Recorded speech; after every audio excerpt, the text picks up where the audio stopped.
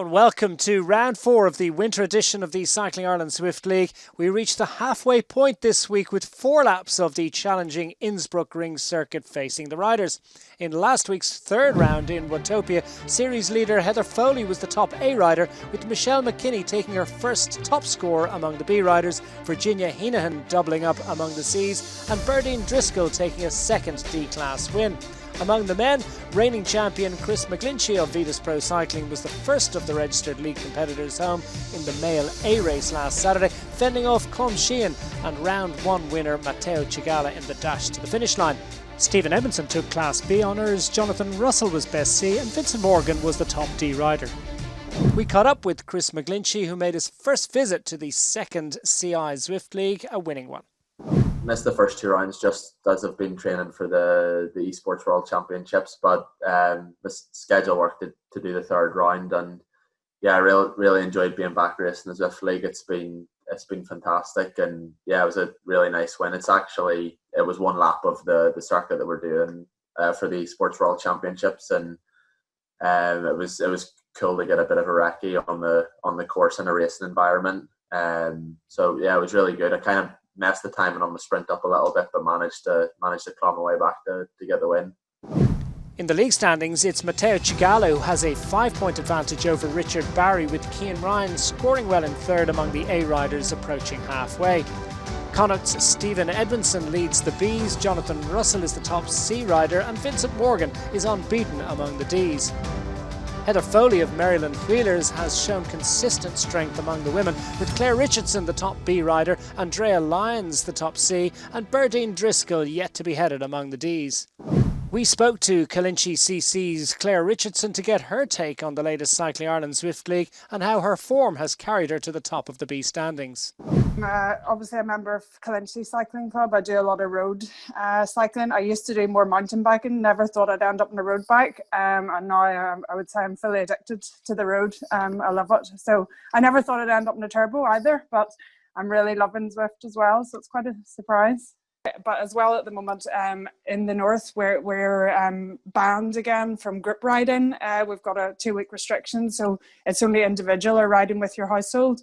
So actually being able to get a really good workout through Zwift is really good, especially at the moment. It's strange actually, because last Saturday my other half was going out on the road, and because now I've sort of committed to doing the Saturday mornings, I was nearly declining going out with him, and I nearly wanted it to rain outside to justify my decision to stay inside. But yeah, it's a strange turn of events. Well, I'm delighted to say I'm joined once again by Ronan McLaughlin of CyclingTips.com to run the rule over the riders this morning. And Ronan, the league is starting to take shape, and we've got a pretty interesting scenario today, our second points race. Yeah, it's certainly starting to take shape there. The standings are very tight at the top, and we've got this points race today, as you mentioned, which we all remember the first points race we had just 2 weekends ago in the Richmond circuit, and how hotly contested that was. Every sprint on every lap was it was a full blown sprint, and then on the last lap the race literally exploded, and we had everybody come to the lines in 1s and 2s. So hopefully we'll see much of the same today, the same sort of action from start to finish, and yeah, it's looking like it'll certainly give us another dimension to this Zwift League. And 4 laps of Innsbruck ring, it's quite a demanding circuit. It is, yeah. You look at it on paper there, or the virtual profile of it, and it's got one significant climb on it, the leg snapper.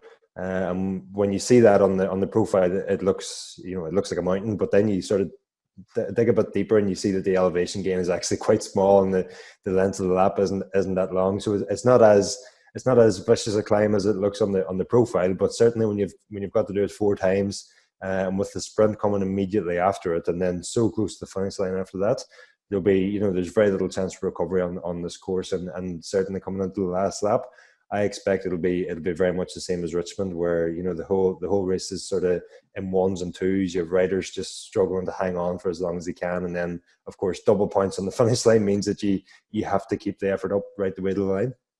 Well, splits in prospect, and it's all bubbling up nicely as we get set for round 4, with the riders on the start line warming up on their trainers and getting set for a maximum watt getaway.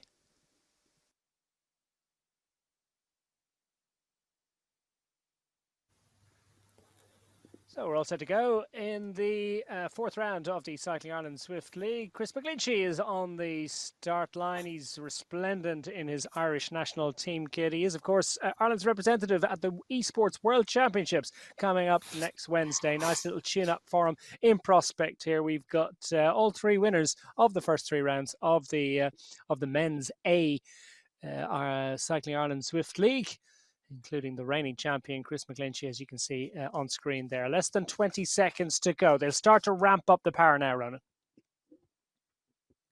To the start now, and the riders will be watching this countdown clock just in front of them there, and as soon as it hits 5, 4, 3 seconds to go, you'll see them all just ramping up their power as hard as they can to make this split straight out of the gates. And we're underway in Innsbruck Ring. 4 laps in prospect for the riders. 4 sprints, a sprint each lap plus the finish line. Double points on offer at the finish line at the end of what's going to be a frenetic 40 to maybe 45 minutes of tough bike racing. Chris McGlinchey knows how to play this one. Immediately on or near the front as we start to see the riders scroll around. Keep an eye out as well for Richard Barry, who is second in the league at the moment. He was, of course, the winner of round 2, which was the first of the points races that we've had in Cycling Ireland Zwift League racing. And Richard Barry from St Finbar's in Cork will look to repeat the alchemy, see what he can do about keeping Matteo Cigala, the other winner from the Cycling Ireland Zwift League so far. He won round 1. The team Dan Morrissey, McCarthy Insurance Pactimo rider is also, we understand, on the start line to see can he repeat that effort, can he maintain his situation up front in the league. It's a narrow advantage, just 5 points between the top 2 riders in the league, 260 against 255. That will give you some indication of where there's really nothing to choose between them. Cian Ryan lies 3rd at the moment, Ronan McDonald in 4th, Con Sheehan is out racing today, he's in 5th, Michael Considine, Valerio De Bacca, Alan Glendinning, and so on through the list. Chris McGlinchey just 1 appearance in the league so far, and he's down at the outer reach of the top 10 at the moment. He's safely in there at the moment, and a few power-ups in evidence here. Ronan, the power-ups, of course, are going to be crucial today.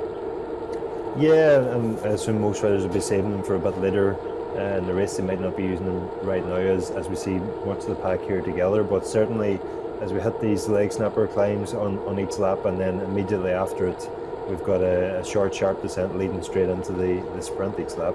Certainly those power-ups could make a huge difference for anybody who is going for a sprint or finds himself off the front, or even sometimes if you're finding yourself slipping off the back, that's sometimes when they can be the most use.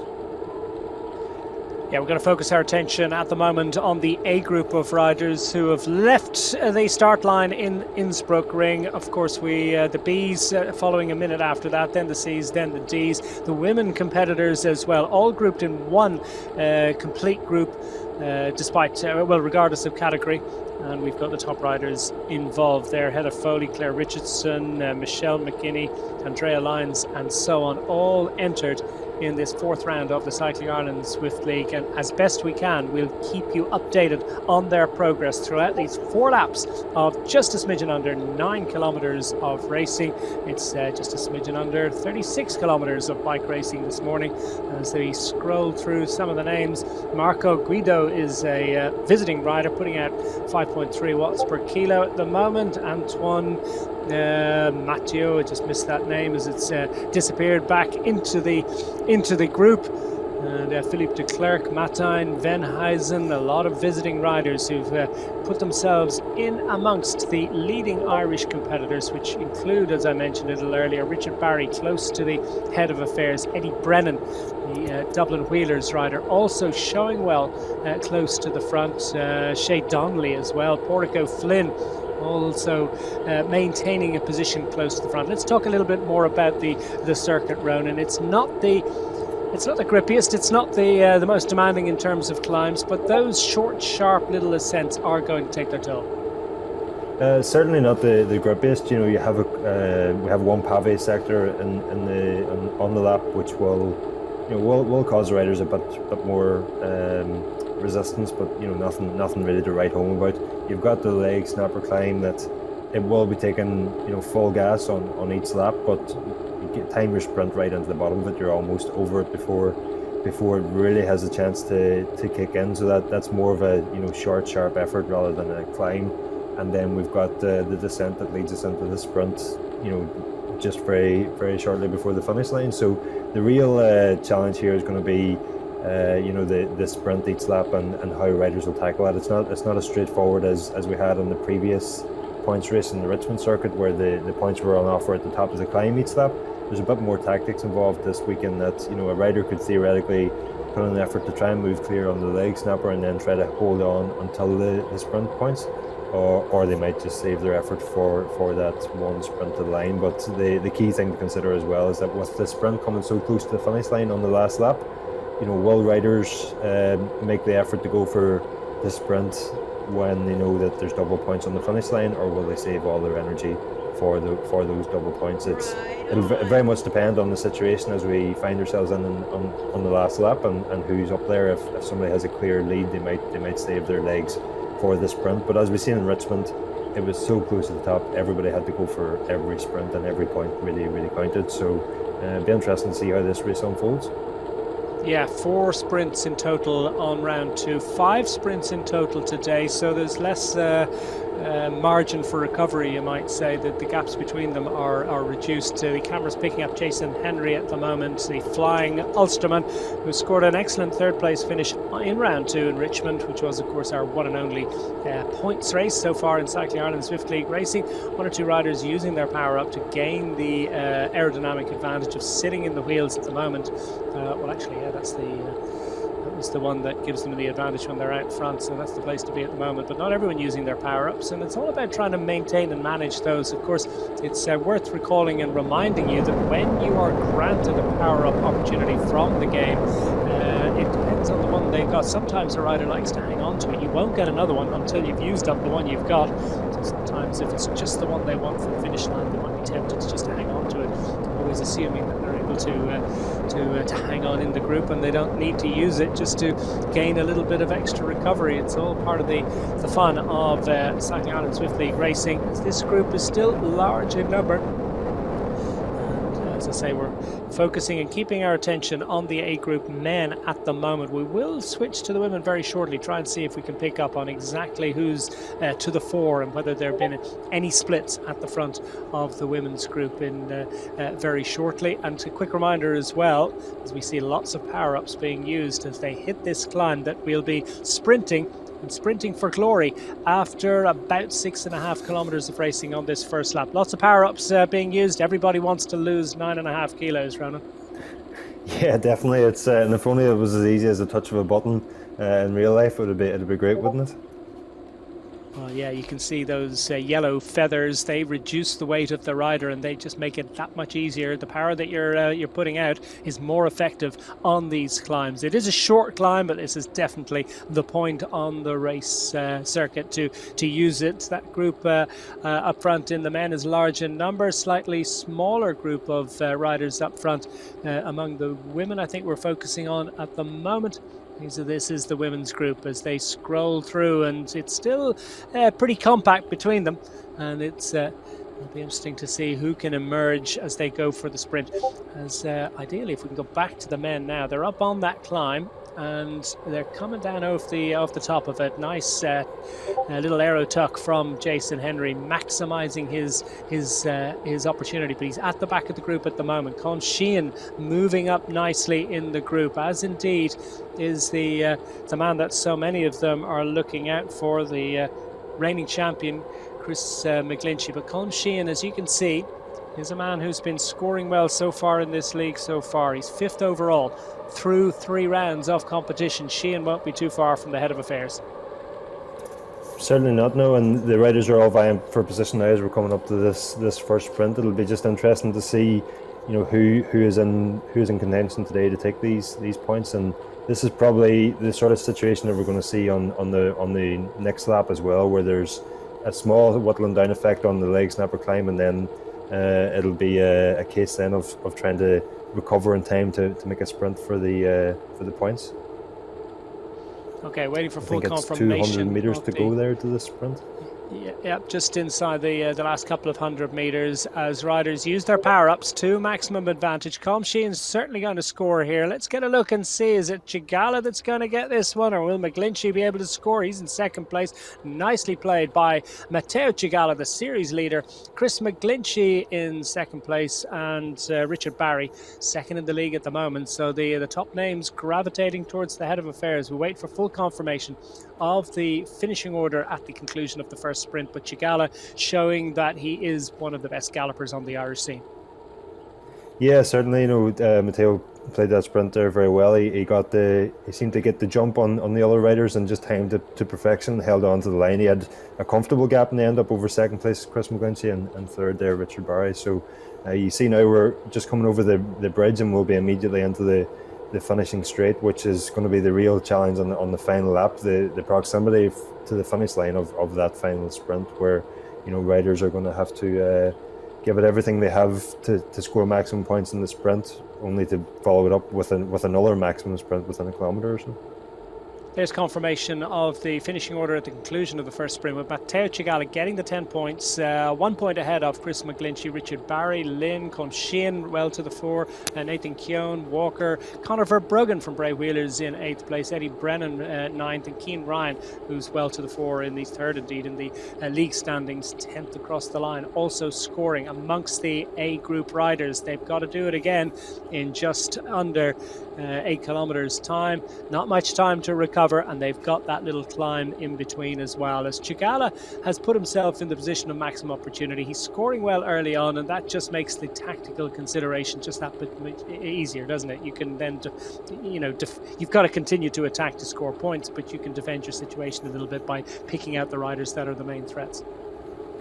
Yeah, and that does put the riders will want to get points on the board there early to give themselves that buffer that they're not under pressure to score in every single series of sprints. So it's important for them all to get a good start there, get some points on the board, and certainly in Matteo's case there, he couldn't have done much better. 10 points to start off with on the first lap, and puts him in a slightly more, I wouldn't say a comfortable position just yet, but slightly more comfortable, especially in that Chris McGlinchey actually got in there between Matteo and Richard Barry, the two leading riders in the series at the moment. And if that sort of scenario plays out on the following laps, we could see a real shake up at the top of the league standings today also. Yeah, best 7 from the 8 rounds of competition at the conclusion of today's race will be at the halfway point of this second Cycling Ireland Zwift League. So things will, the tactical considerations around the point standings at the top of the series will also start to be, calculated by the riders, as indeed they are in this points race. 100 points for a win, going towards your series standings, but then there's plenty of points on offer for a points race as well. We won't try and overcomplicate the issues. If you're slightly confused by the fact that Chris McGlinchey's not as easy to pick out as he normally is, or maybe he's even easier because he's the only rider in there in Team Ireland kit, that's because he's Ireland's sole representative in the eSports World Championships to take place next Wednesday, and it's on the course that was the course they used for the Cycling Ireland Zwift League round 2, or indeed round 3 last week, the Watopia Figure 8 course that Chris McGlinchey returned to action on last week, and he came up with the win. And of course he'll see this as a useful hit out ahead of Wednesday. Yeah, he certainly will, and it's a good omen that he took the one last weekend on the same course as to be used for the World Championships next Wednesday. He'll be hoping to repeat that feat in the main event. But also there, just on our screens now, we can see Max Stedman, who will be representing Great Britain at the World Championships. So good final head out for Chris McGlinchey here, and I think he is very much treating it as the last big effort before sort of the final touch to his fitness and his forms before next week's World Championships. But also good to compare himself there to one of the other riders who'll be competing, representing Great Britain at the Zwift World Championships. And of course Max Stedman is the current British Everesting record holder, if I'm right. I think he still has that top spot on the British standings for Everesting. So and one of the few riders to have actually won an international UCI stage race this year before lockdown and all that. So certainly some stiff competition in today's race here. And how far behind the Irish record would that be? Do you have any idea on that one? I think it's approximately 34 minutes and 13 seconds. No, I'm not sure exactly, but it's not far behind anyway, that's for sure. In case you're wondering, Ronan McLaughlin is, of course, the Irish national Everesting record holder, former world record holder, and I think might have his eye and designs on the possibility of going to gain or retain his record at some stage in the next few months. We'll keep an eye on that one. The weather is likely to need to improve. The weather is a bit difficult outside at the moment for many riders. As we have a look at the I think that's the front of the women's group as we went to the sprint. So 3 riders together as they went up to the sprint. Or is this the women's group at the moment? We'll try and grab some information and get you the full understanding of the situation, but I think that might have been a group of 3 that was amongst the women going to the front. As soon as we have the full top 10 from that first sprint among the leading women competitors, we'll bring that to you and update you as to the situation amongst the top women. Heather Foley, as I've mentioned, on the start line today and getting set to do battle with the likes of Elaine Carley, Claire Richardson, Michelle McKinney, and Kat Davis in there as well, Andrea Lyons, Virginia Heenan. Those are the names to conjure with at the top of the league standings among the women competitors. So 12.1 kilometres in, and when we hit around about the 14 kilometre mark, so we're not that far indeed away from the climb, just heading towards the climb on the second of 4 laps.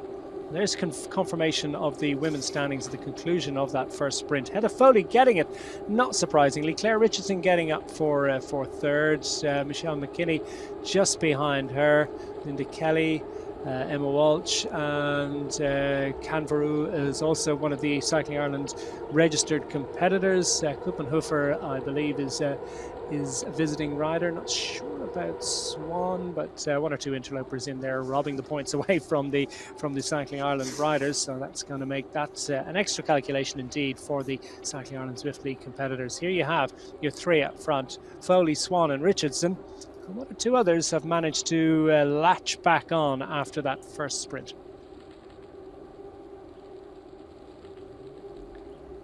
Okay, that's it. 22.4 kilometres of racing remaining in this 4th round of the Cycling Ireland Zwift League. 13.1 kilometres have been completed amongst the men's A riders. Maybe we'll go back to them. I think they'll be hitting that climb very shortly as we pick up the front with Ronan McDonald among those riders, just rolling towards the front. And this little leg snapper climb is aptly named, and coming as it does relatively close to the sprint. It's how you actually parcel out your apportion your energy on this climb is absolutely key, absolutely crucial. Yeah, riders will be trying to get over it, expending as little energy as they possibly can. They'll maybe be trying to move to the position at the front of the group here now as we approach the climb, so that they've got that bit of slipping room, as it's called. They can sort of go a little bit easier than the riders around them and slip back down through the group, saving that little bit of energy. But if they've timed it right, they get to the crest of the hill just as they reach the back of the group, and then they're free to move back up again on the descent. So that's what they'll be aiming to do. It's a lot easier said than done, and especially timing it right is very important. The worst case scenario, which can happen quite easily on Zwift, is that you sort of time it slightly incorrectly, and as you lay down the watts to try and remain contention with the group, it's already too late and the gap opens. And as soon as we hit this descent off the leg snapper, it's so steep that if you're not in the slipstream of that rider in front of you, it's very, very difficult to get back into the group, and you can almost watch the race just disappear up the road in front of you. So it's a difficult balancing act, and we'll see it now as the riders hit the climb again. Some of the names up front on this climb as we hit it for the second time of asking. Antoine Mathieu is the visiting rider. Marco Guido as well. Porrico Flynn is putting himself into a nice position, and those yellow feathers, that's the time to play them on this climb. If you're seeing those, that you're seeing gradient. You're seeing a steep climb, albeit a relatively short one. Mathieu Is he going for glory, or is he just going to just drop back into the group and just farm the effort out as best he can? Gary Walker, another visiting rider, Pep Tatch, not sure about that rider's status in the league, but Matteo Cigala is well to the fore. Max Stedman, as we've mentioned, representing Britain in the World Championships next Wednesday, has decided to just visit the Cycling Ireland Zwift League to not just demonstrate his ability, but also tune up nicely and just, you've got to maintain the intensity while giving yourself the maximum amount of time to recover. It's a black art, isn't it? It's a subtle art, just as it is in terms of saving energy for these sprints to come. We're up and over the top of the climb. The lead group put themselves into a fine position, but the rest of them are just crowding around them and going to try and move up as riders using that aerodynamic van that gives them the maximum aero advantage when they're in the group, and that's again another opportunity to that's the time to use it. Ideally you would want a slightly different one, but that's the one to is this the right time to use it, or would you be better advising it for the sprint to come in about a kilometre or so?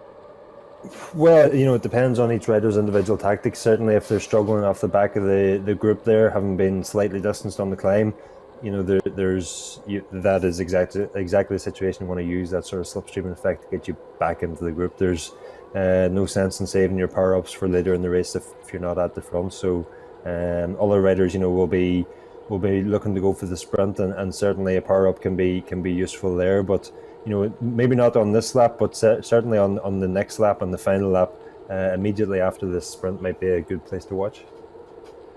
And good time to make your effort as we approach the finish line. Cigala's managed to steal a march on the rest, and Chris McGlinchey's been caught napping. So too perhaps as Richard Barry. They're coming with a charge. McGlinchey is going to get second, I believe, just ahead of Richard Barry, but there's no stopping Matteo Cigala, who extends his advantage at the head of the point standings. It's another 10-point haul, and this time again, as indeed it was on the first lap, just ahead of Chris McGlinchey. So just 2 points between those riders as we get confirmation of the point scorers at the conclusion of the second of 5 sprints. Cigala ahead of McGlinchey, Richard Barry in third place once more. Person is a visitor. Conor Verbruggen for Bray Wheelers is up for 5th. Colm Sheehan in 6th place. Keown, Ryan, Stedman and Mathieu, your 10 scorers from this second sprint of the day. And all the riders coming back into the group. They'll try and recover from what has been quite an exhausting effort.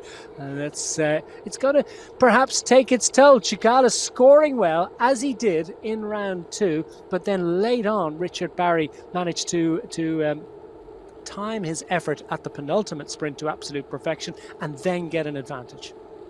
Yeah, but if we just go back to the sprint we've just seen there for a second, the sprint sort of launched, as I was just about to comment on power-ups for the sprint, and we seen there as Matteo went, he got the jump on the other riders, but he also combined it with the aero boost power-up, and that actually reduces his aerodynamic drag by 25% for 15 seconds. So the perfect power-up to use for a sprint, and then perfectly used and timed by Matteo. It works best at high speeds when you have no draft to work off of, and that's exactly the situation we just seen there, and how much of a difference it made for Matteo. We can just see in the replay here that he's head and shoulders above the other riders, and that aero helmet is certainly helping him. It's not the reason he's out there, but it's certainly helping him to pull off such an impressive win in that sprint. Yeah, he had the right power up and he used it at just the right time. The aero boost, that blue helmet, 25% for 15 seconds, as Ronan has already told us. Several of the other riders using the draft boost, that's the blue van that you see, and that's increased the draft effect by 50% for 30 seconds, but it's more of an advantage when you're in the group, isn't it? And then we did see that Chris McGlinchey, second across the line, had perhaps the least valuable of the power-ups, but still was able to get up for second. He had the green feather, the lightweight one, which reduces your weight by 9.5 kilograms for 15 seconds. Less of an advantage on a flat road, albeit might as well use it because he needs to get rid of it because he's hoping to get another one. Yeah, well, it's all about using what you have and trying to make the most of it. I wonder, might it have been better for Chris to use the featherweight power up on the climb beforehand, just to arrive at the sprint a little bit fresher, and then certainly the blue van power up. if that's what you have to use it, but it's only effective if you're in the slipstream of another rider. So yes, you want to use it, but you actually have to be in second or third position to even get a benefit of it. So you're already what we were saying earlier, Matteo had the best of the power ups to use there, and he certainly used it to his advantage. We're just over the halfway point of the fourth round of the Cycling Ireland Zwift League. We're focusing, as we have done for much of the morning, on the A group of men as Chris McGlinchey slots back into the middle of the group, currently sitting in second position overall, 2 points behind the leader of this points race, Matteo Cigala. He's taken all 2 of the sprints we've had so far. We've got another 3 to come. That's one on each of the sprint points on the remaining 2 laps. And then we've got the finish line. And the finish line is not too much after that final intermediate sprint point, if we want to call it that. So as Ronan has mentioned, are we going to see, when we come to that penultimate sprint, maximum effort going out from all the riders, or will 1 or 2 of them be saving their effort perhaps for another double points effort on the finish line? Because the final sprint of the day is double points, and we can see pretty radical changes in the top 10 situation as a result of those extra points on offer. As we're focusing on Chris McGlinchey, he knows exactly where and when to put out his effort. He's riding along at the back of the group now.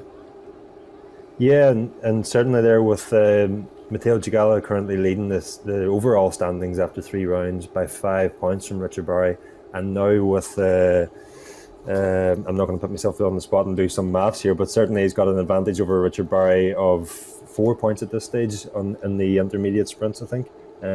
Matteo might well decide to sort of conserve his energy in the remaining 2 sprints to go for the double points on the line, and that showdown on the last lap, we would expect it to be a sprint between Matteo Cigala, Chris McGlinchey, Richard Barry, and certainly with double points there, it's worth keeping something in reserve for that final sprint. Okay, the situation with 2 sprints of the 5 completed is that Matteo Cigala, the overall series leader, as Ronan has told us, is the leader of this competition. He's got 20 points. It's a 2-point advantage over Chris McGlinchey. Richard Barry is 4 points back in third place on 16 points. Con Sheehan, we've had the same 1, 2, 3 from the first 2 sprints. Con Sheehan is 4th on 13 points. That's 7 adrift of Cigala to this point. Conor Verbruggen is 1 place further back, couple of points behind. He's level on points with Nathan Keown. Cian Ryan is scoring well as well. Gary Walker, Eddie Brennan, Rona McDonald and Michael Considine also scoring through the first couple of sprints, but still a long way to go, and plenty of opportunities for big changes in that group up front. Among the women, I can tell you we have got a group of 4 or 5 riders up front at the moment. Lily Swan is the visiting rider from Britain, who's racing in the company of Linda Kelly, Michelle McKinney, Heather Foley and Claire Richardson. And we understand that those riders have a fairly healthy margin over the rest at the moment. Emma Walsh, Mary Louise Koppenhofer, Kat Davis, Virginia Camveru and others are chasing behind. But there you have it. It's a group of 4 in actual fact up front. Foley is well to the fore, as you would expect. She is the leading A rider. She is, of course, a former national road race champion based in Sligo these days. The Ulster woman is also a national duathlon and triathlon champion many times over. Indeed, I think she's, is it 4 times, and reigning duathlon national champion. She likes to run, she likes to ride her bike. Not a bad swimmer either. And Heather Foley is using Cycling Ireland Zwift League racing as an opportunity to maintain the competitive focus. We heard from her last week, and it was fascinating insight into her competitive zeal and just how keen she is on getting out racing at every possible opportunity. And she's had 1 or 2 injury problems, particularly with her running. Foley well to the fore as they race through the second sprint there, so she takes another maximum haul and is keeping the scoreboard ticking over nicely. Get the full confirmation of your top 5 riders across the line at conclusion of this second sprint amongst the women. Heather Foley ahead of Linda Kelly, Michelle McKinney, Lily Swan, our visiting rider, in 4th place, and Claire Richardson, the leader of the B competition, heading into today's fourth round of the series. Fifth across the line, the mountain biker turned road racer, turns Cycling Ireland Zwift League racer, also going well. So that's the situation among the women, as we will update you on the overall situation when we get those numbers. But Foley's going well, there's no doubt about it. Also going well, Matteo Cigala amongst the leading A riders. And the top Irish riders also putting themselves in amongst them. Conor Verbruggen just picking up on Verbruggen, who's nicely placed, nestling in the group at the moment and going well. One or two riders perhaps chancing their arm as we go across this little slightly, would you call it pave? It's a little bit of a rougher section of road, demands a little bit of an increase in watts in order to maintain the same tempo. Yeah, So and Marco we just seen Guido an attack there. Yeah, it looks like Marco Guido's just made an attack off the front to try and get himself an advantage maybe before we hit this leg snapper climb again. We're not too far from hitting the climb again, so you know he hasn't been up there in the sprint seats lap, and you know it's maybe it's a tactic he's playing, or you know maybe he just hasn't had the legs to get up there in the sprint, so he's looking to make an earlier attack here, get that advantage, and maybe hold on for the sprint as he hits the leg snapper climb now. Visiting rider and has an advantage. Italian flag beside Marco Guido's name, and it's a healthy advantage indeed. 11 seconds. This is going to change the thinking a little bit. Is Cigala minded to chase this one, or will he in some ways be kind of satisfied to see some points heading off up the road? Yeah, I don't think it's Matteo's job to close this gap here. As you said, Marco Guido as a visiting rider won't be scoring in the Cycling Ireland Zwift League, so it sort of remains it leaves Matteo in the same position, and that he just has to race the other riders in the Cycling Ireland Zwift League around him, rather than being concerned about visiting riders sweeping up the points. And if anything, as you say, it sort of plays to his advantage, in that it protects his lead that little bit. You just never know what might happen. Could he get a dropout? Could have cramp? Could have anything go wrong just in the lead up to a sprint? So the more of the top places that have gone to riders who aren't your competitors, then that's going to certainly play into Matteo's hands as he tries to protect his lead. And we can see them now racing down the descent, trying to position themselves for this next sprint, and it looks like Matteo has placed himself right to the fore again, and we can see Chris McGlinchey there in the Irish team kit coming up beside him. So another hotly contested sprint shaping up here. I can tell you that Zwift Power is telling us that Marco Guido is showing as disqualified on Zwift Power, so maybe just a little bit of a problem with his heart rate sensor, or it's not quite all gelling and synchronizing to absolute perfection. So that's changed the thinking a little bit. He's removed from that situation. So it is this group up front that are getting set now to contend the third sprint of the day. We're into those finishing barriers, which tells us we're within 500 meters of the line here. Sprint 3 is about to be launched. Cigala is going to try and time this one to absolute perfection. He has done it with great ease and efficiency on the first couple of occasions. Now riding up through the group, trying to make the effort, as plenty of riders are using the blue van, which is the draft boost.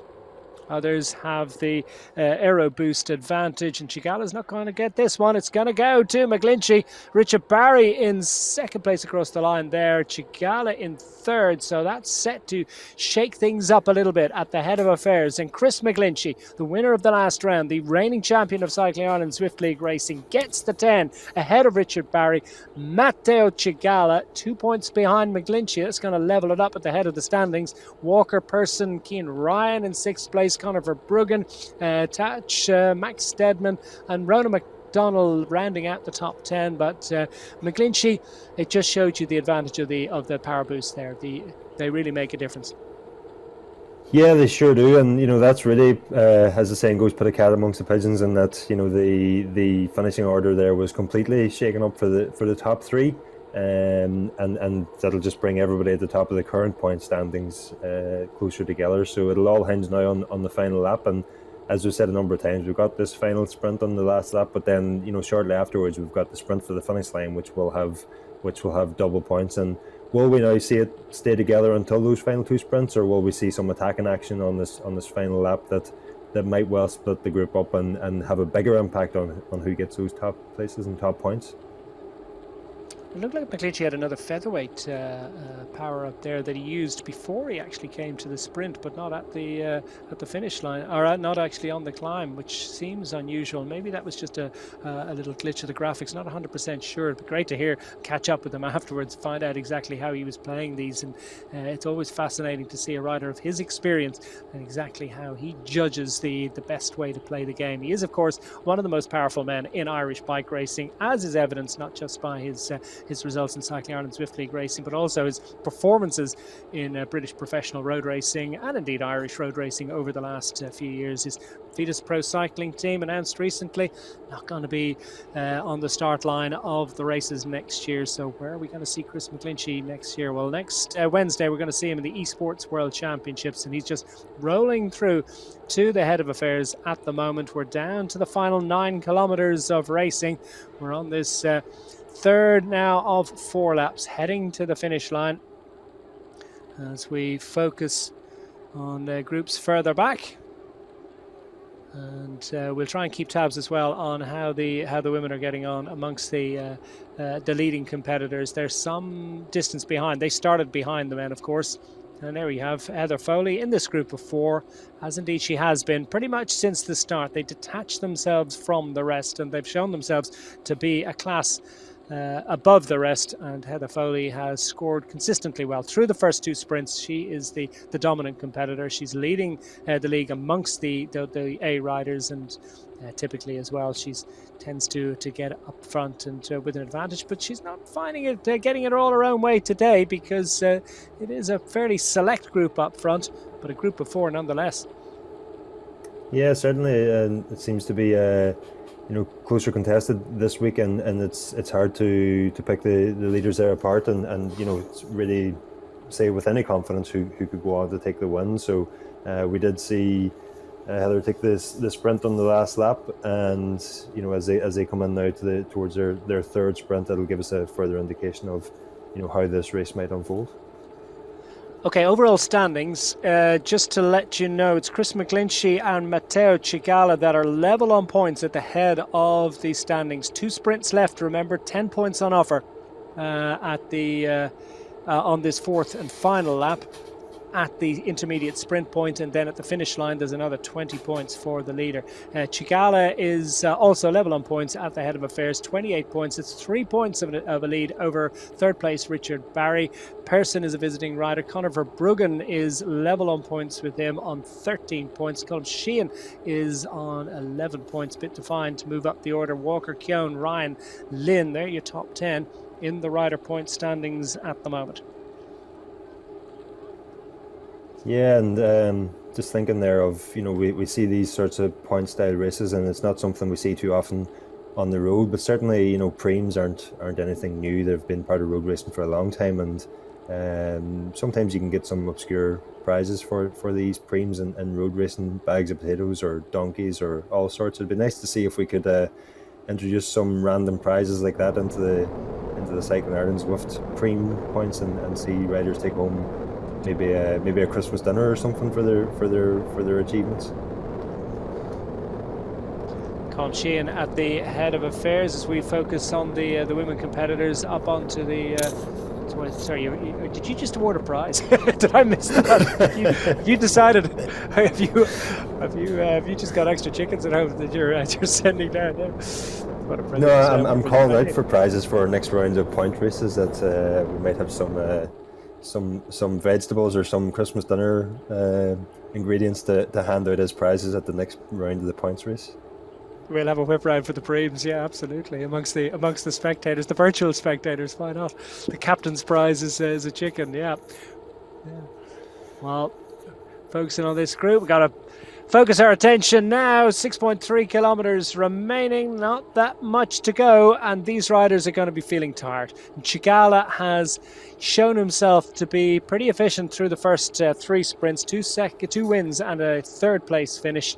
No power up to use the last time round.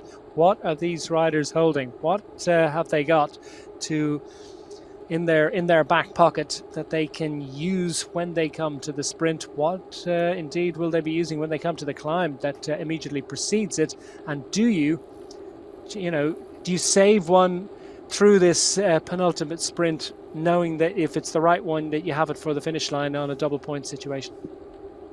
Well, that is the big question here now. We've seen Matteo Chigala so dominant in the first 2 sprints and easily taking the wins, but then, dropping to 3rd place on the last sprint. And is that an indication of, maybe a draining of his powers? Is he starting to suffer for the bigger efforts he's put in earlier on while other riders were maybe holding back? Or was that a tactical play to just take it a little bit easier on that lap, just still get enough points to keep himself, from dropping down the rankings too far?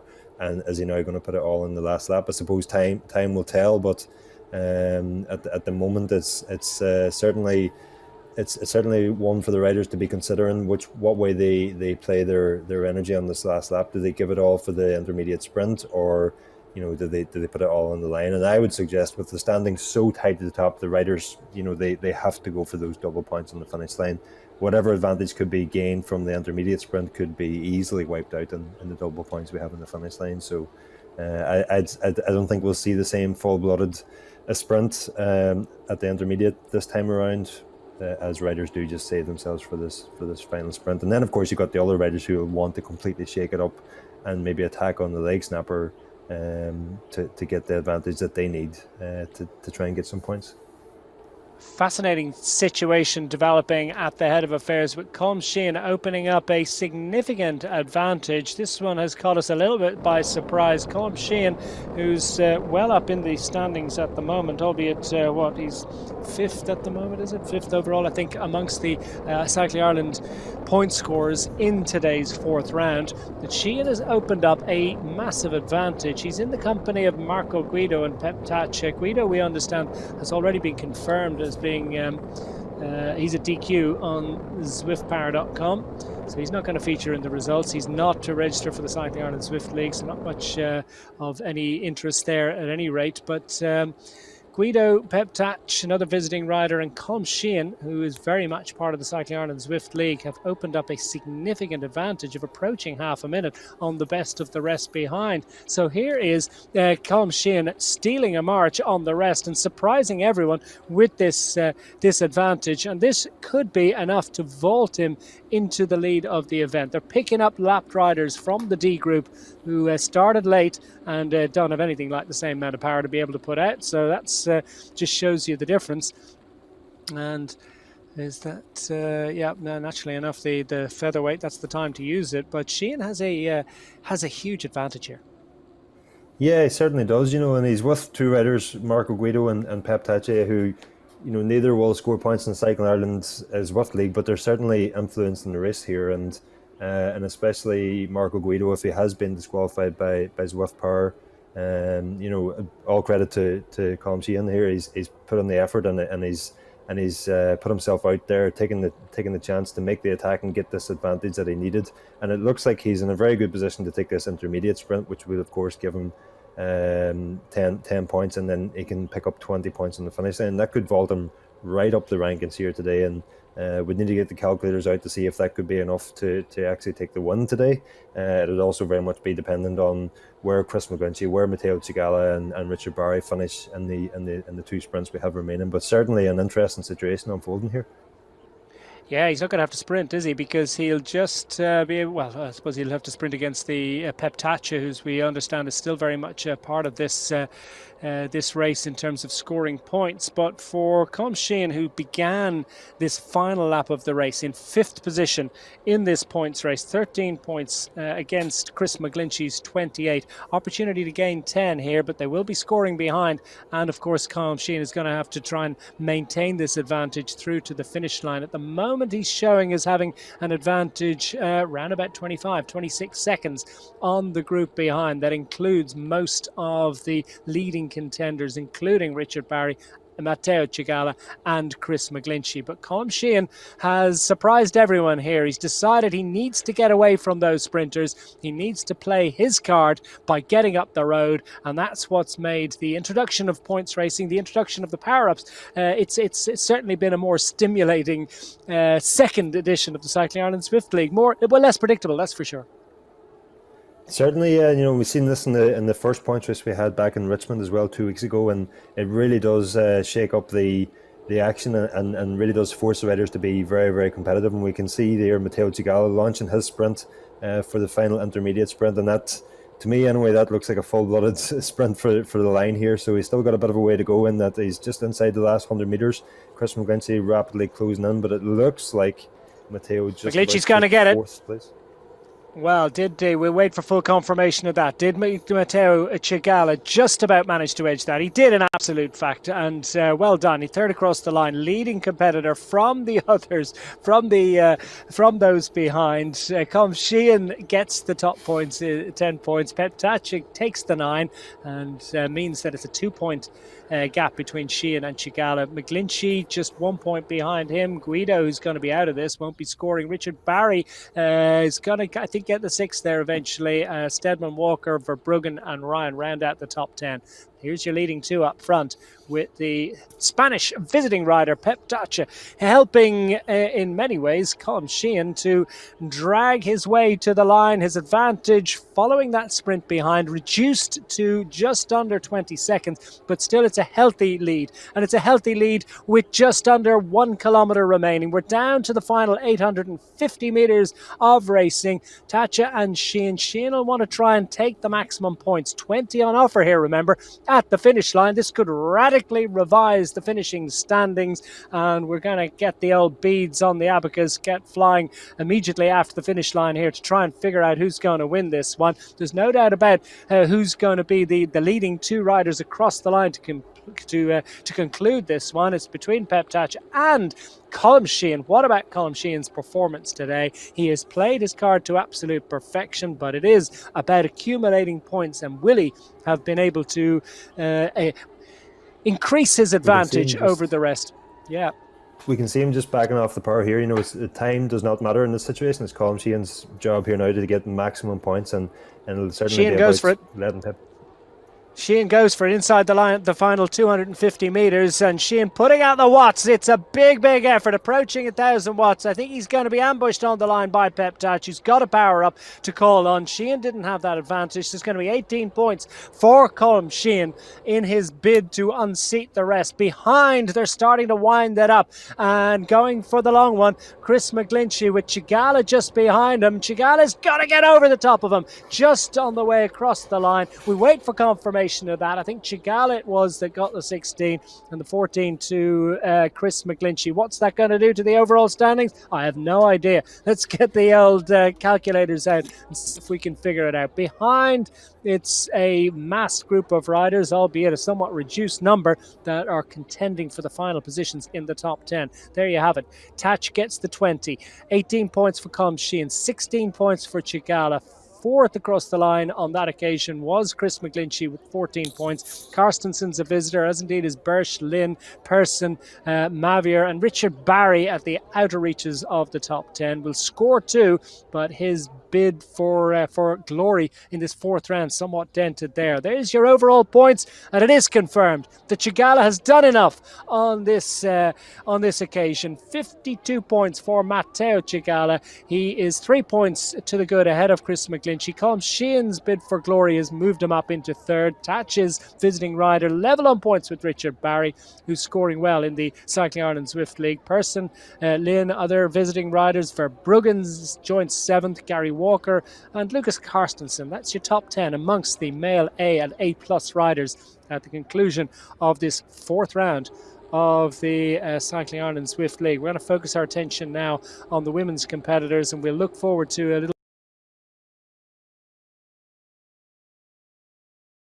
in that finishing sprint in a little while. Here's your situation heading to the finish line. Heather Foley has a commanding advantage of 5. It is in relative terms a commanding advantage, isn't it, over Lily Swan, a visiting rider. Michelle McKinney, in her bid to take B-class honours, has a narrow but significant margin over Claire Richardson. She's 3 points to the good, and in between them is Linda Kelly. Emma Walsh going well as well. Kuppenhofer's a visitor. Canvaroo is registered for Cycling Ireland Zwift League. Mulvaney also is, and Calivart is the Belgian rider who's a visiting competitor in this fourth round of the Cycling Ireland Zwift League. But just I think we've time for a really quick review of that. Brilliantly played by Colm Sheehan and nicely timed by Chigala, that finishing sprint run. Yeah, it was fantastic move there by Colm Sheehan early on the final lap. Caught everybody napping, got himself an advantage before the leg snapper, and held on to take the intermediate sprint, and then to take second place on the finish line was fantastic bit of racing. And then just we've seen such a close sprint on the finish line for second and third in terms of Cycling Ireland standings between Matteo Chigala and Chris McGlinchey, with Matteo seemed to time his sprint to perfection. Just came from behind Chris McGlinchey in the slipstream and just came around him on the line to take the third place on the race and second place in Cycling Ireland standings on today's race. It was a fantastic final lap there. Yeah, I think ultimately it didn't have a huge effect on the finishing order. If McGlinchey had been ahead of Chigala on that occasion, I'm not so sure it would have made a huge difference. But you couldn't be sure, could you? I mean, we didn't know. How would they have known with their lungs coming out through their ears at that point? They're going for the finish line. Well, here we have the replay of the finish line a little bit earlier, where Chris McGlinchey just overhauled on the line by Matteo Chigala to assert his authority over the rest, and he takes this fourth round. It's his second victory in this series. He will extend his advantage at the head of the league standings. He's got 2 wins from 4. And Chigala, who, as he's already told us himself, he's come into this series in better form indeed than his appearances in the first Cycling Ireland Zwift League earlier on in the summer. Heather Foley is heading towards the line as we pick up on the numbers from the B group of riders. Jason Walkingshaw is the top competitor amongst the B group riders. Leighton next up. Stephen Edmondson, who's leading the league, joined second in the point standings at the conclusion, so that's going to help his position at the head of the standings. Higgins, Vinny O'Leary, Paul Crossan, Tom Sanders, Sutton, Thomas Tarr, and Bob Van Winden. They're your top 10 competitors amongst the B group. Home and hosed. Job done for them. They've headed to the showers. Yeah, we just seen the final lap there. Richard Barry got up for points on the intermediate sprint, but then dropped down to 10th place on the finish line, and that, coupled with the fact that Colm Sheehan had got himself that advantage and got almost maximum points in the final 2 sprints, has meant that they've swapped positions on the final overall standings for the race, which will have a big impact on the league standings as well, with Matteo taking 100 points today. Apologies, I'm not sure exactly how many points Richard Barry will pick up just yet, but it's certainly going to increase that gap between Matteo and Richard Barry on the league standings. Yeah, Barry looks like he's going to pick up the 4 on that occasion. So that'll 4th place. That'll be 70 points on offer for him. But there's so many points flying around the place, isn't there? It's a points race, and then you got the points standings. You got your 10, you got your 20, then you suddenly got 100. It's a blizzard of points. But there's no doubt about the man that got the win. It's Matteo Chigala. I think it's 0 point for me and you, Declan, today. Yeah. It's definitely tested our mathematical totting up.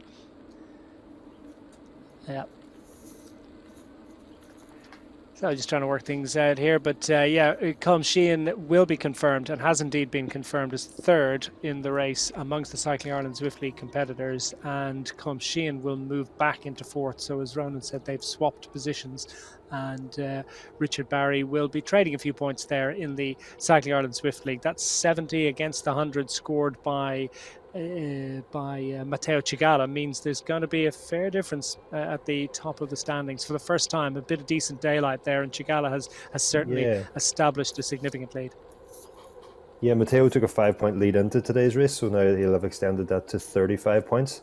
And as you said, it's the first time we've seen a clear daylight between the top two competitors. And Matteo is the first rider to win a second round of the Zwift League since it restarted for the winter here. So he's taken that sort of commanding position at the top of the standings now.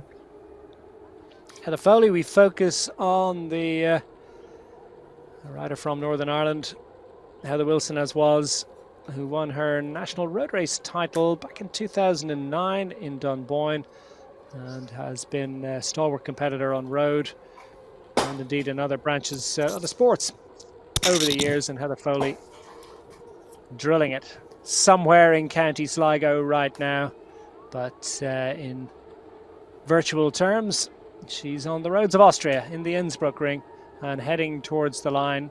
And she's got a sprint to do first. She's, I think, just coming towards the penultimate sprint of the day. So still two opportunities, really, indeed, for the women competitors to score points. So we could see a little bit of a change. And I think perhaps most interestingly, well, Heather Foley's certainly going to score the maximum points among the A competitors. But what's going to happen between Michelle McKinney and Claire Richardson? They were very, very evenly matched across the last two rounds amongst the Bs. McKinney getting the win last time out, Richardson winning the first two rounds of the series, and there are 3 points between them with the advantage to McKinney at the moment. So we go to the penultimate sprint of the day.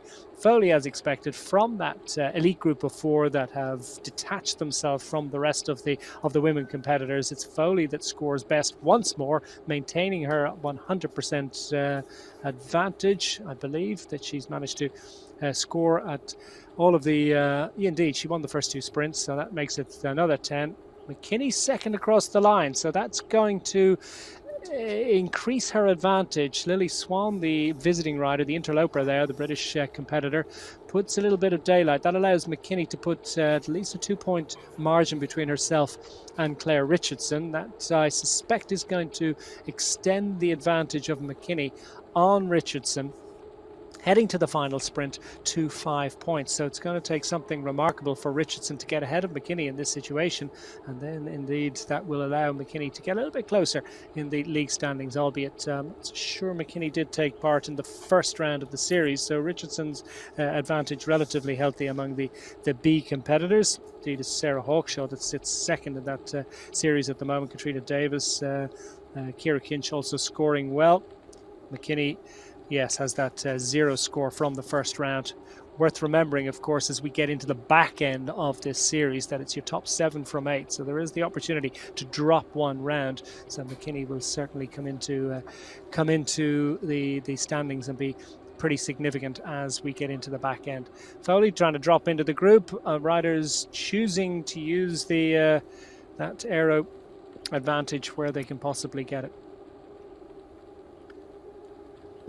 The old blue van is the draft boost. I will remind you, it increases the draft effect by 50% for fully 30 seconds, albeit it only really works when you're sitting in the wheel, so probably not the one to use if you're trying to detach yourself from the rest and disappear off up the road.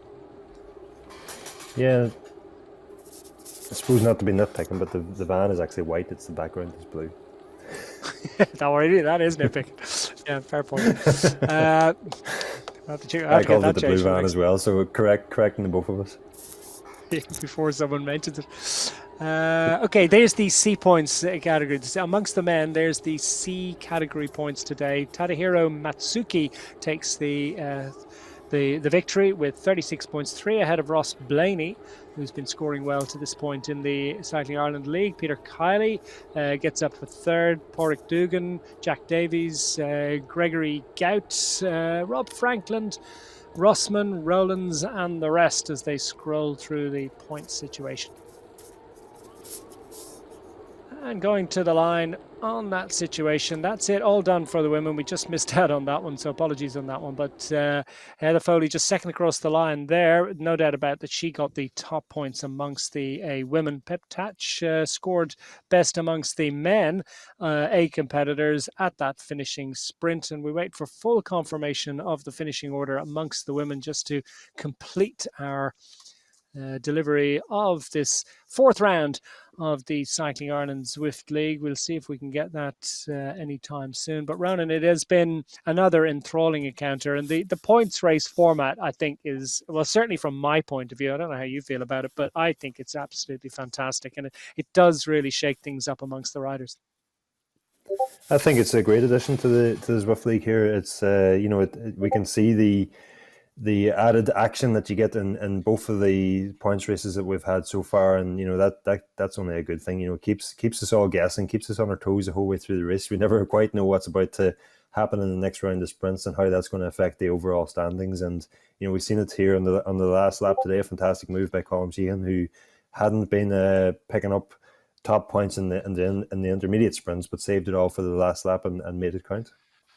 Well, there you have it. There's confirmation of the overall points among the women. It's Heather Foley that gets the victory ahead of the visiting rider from Britain, Lily Swan. Michelle McKinney is the top B on the day ahead of Linda Kelly. Claire Richardson leads the B category going into today. She finishes fifth on the day ahead of Emma Walsh, Marie-Louise Koppenhofer, Virginia Canvaroo, Lisa Monvani, Rosemary Calivart, the Belgian rider visiting. That's your top 10 amongst the women. And the victory amongst the men going to Matteo Cigala. And that's it for this fourth round of the Cycling Ireland Zwift League. We'll be back for the fifth round coming up next week. And it is indeed in, it's in next week. It's in London. Fifth round, 2 laps of the London Loop for 30.2 kilometres. Please do join us for that. But for now, from Ronan McLaughlin and myself, Declan Quigley, and all involved in this production, it's goodbye for now.